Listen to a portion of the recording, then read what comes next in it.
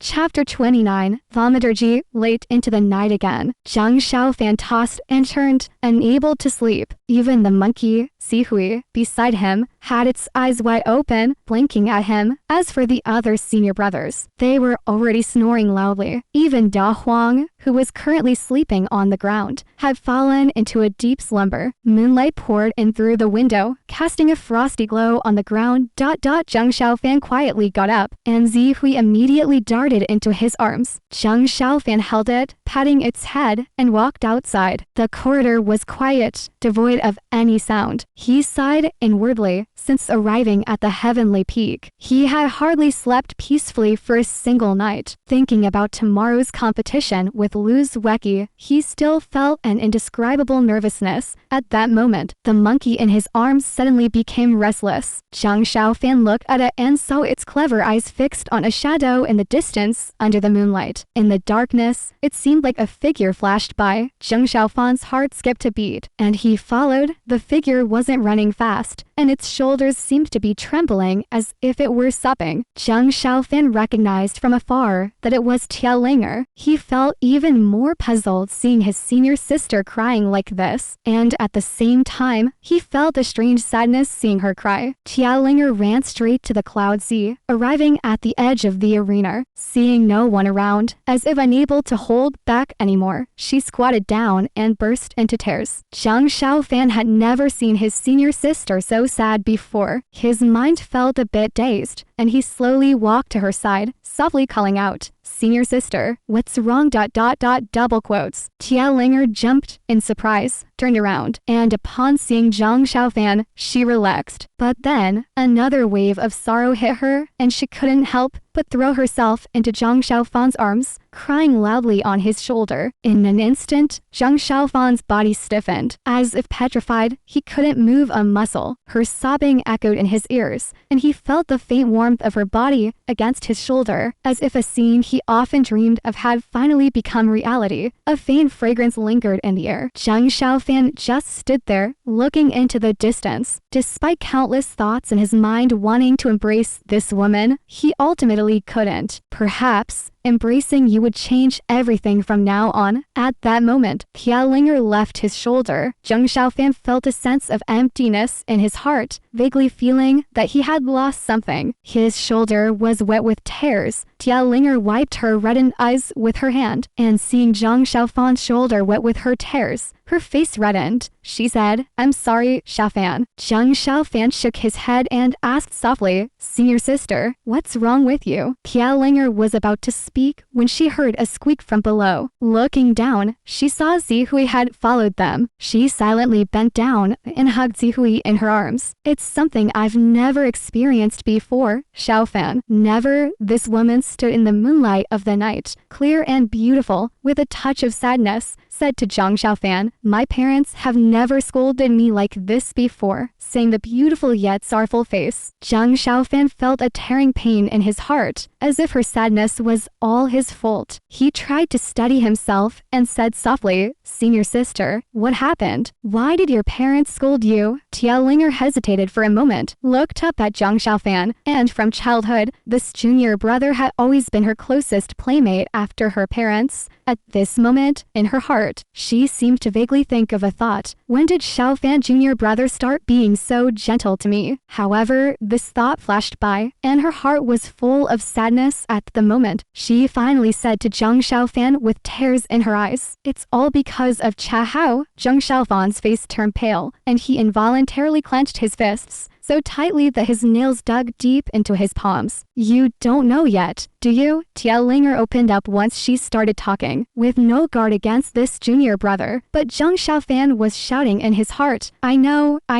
I've known for a long time." The moonlight was cold, bathing the world. Che Hao's senior brother and I fell in love. I told them that I really, truly like him. Tianyin calmed down a bit, but didn't notice that with each word she spoke, Zhang Xiaofan's face lost a bit of color. But my father scolded me loudly, saying I was naive. Even my mother, who always loved me, changed her expression and stood on my father's side. How could this happen, Xiaofan? Zhang Xiaofan lowered his head, not letting Tianyin see his face, and said softly, "How did your parents find out?" Pielinger was emotionally turbulent and didn't notice any flaws or anomalies in Zhang Xiaofan's words. She bit her lip and almost cried again. "I didn't expect it either. Later, I found out that it was Sister Wenmin from the small bamboo peak who told Master Shuyu, and Master Shuyu told my mother. Despite my close relationship with Sister Wenmin and advising her many times, she still blurted it out.